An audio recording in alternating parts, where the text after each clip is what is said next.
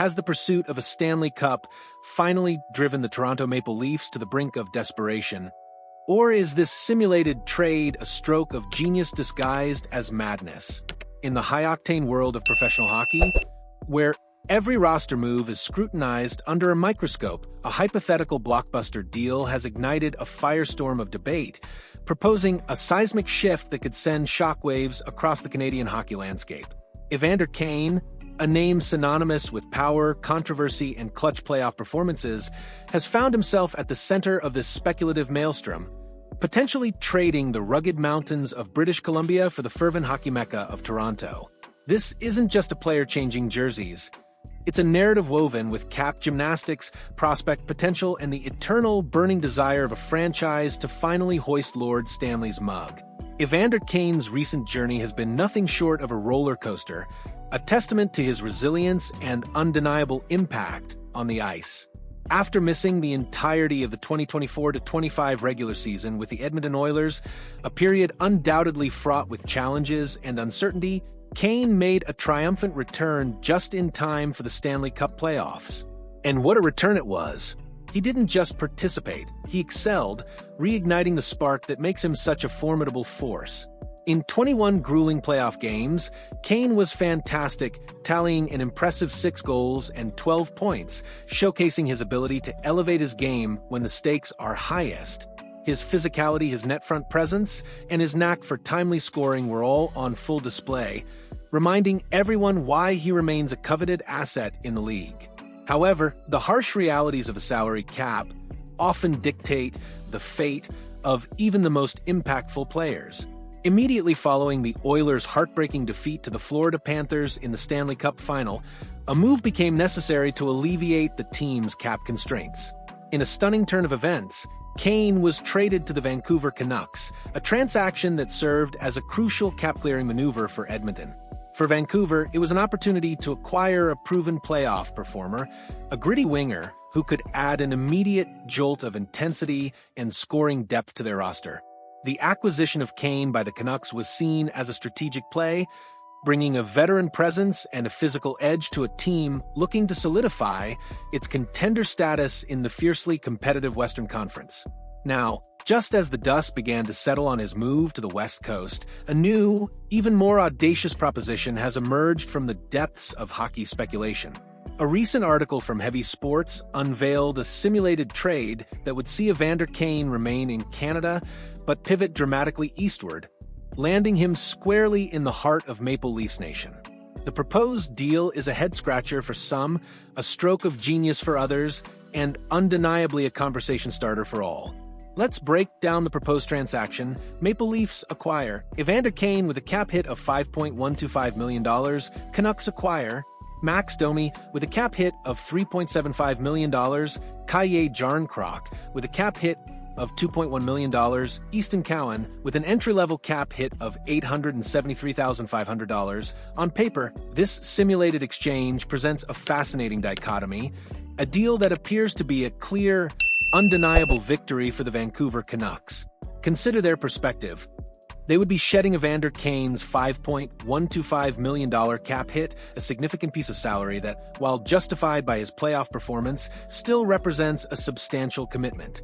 In return, they would take on 2 veteran contracts in Max Domi and Calle Jarnkrok, whose combined cap hit of $5.85 million is only slightly higher than Kane's, but crucially they would also acquire one of the Toronto Maple Leafs' most promising young prospects, Easton Cowan.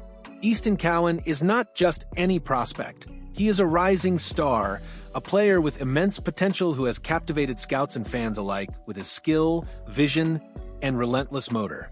Giving up a player of Cowan's caliber is a monumental decision for any franchise, especially for one like Toronto that has historically struggled to develop a deep pipeline of homegrown talent. For Vancouver, securing Cowan would be a coup, adding a blue-chip prospect to their organizational depth chart, a player who could become a cornerstone of their future. This move would provide the Canucks with both immediate cap flexibility and a significant long-term asset, making it, as the Heavy Sports article suggests, a no-brainer if the Maple Leafs were to offer it. It's a win-win scenario for Vancouver, cap relief and a future star. But what about the Toronto Maple Leafs? This is where the simulated trade sparks intense debate and raises significant questions. The Maple Leafs, perpetually in search of the elusive formula for Stanley Cup success, would be acquiring Evander Kane, a player who brings a unique blend of skill, physicality, and a proven ability to perform in high-pressure situations. Kane's playoff heroics with the Oilers demonstrated his capacity to be a difference-maker, a player who can impose his will on a game. For a team like Toronto, often criticized for lacking a certain edge or grit in the postseason, Kane could theoretically provide that missing ingredient, a veteran presence who isn't afraid to go to the dirty areas or stand up for his teammates. However, the cost for this acquisition is substantial, perhaps even prohibitive, especially when considering the alternative options that might be available. Giving up Easton Cowan, a player projected to have a bright future in the NHL. For a winger like Kane, who despite his talents has also had his share of off-ice issues and injury concerns, is a gamble of epic proportions. The Heavy Sports article astutely points out that for the Maple Leafs, it's a deal that they probably could do better than anywhere else, with many wingers likely available in a deal that won't force them to give up Cowan. This is the crux of the skepticism surrounding the trade from Toronto's perspective. Are there not other avenues to acquire a skilled, physical winger without sacrificing a top-tier prospect who could be a foundational piece for years to come? The market for wingers can be dynamic, and the possibility of finding a comparable player for a lesser cost, or without parting with such a valuable future asset, looms large. Furthermore, the financial implications for Toronto, while not catastrophic, do add another layer of complexity.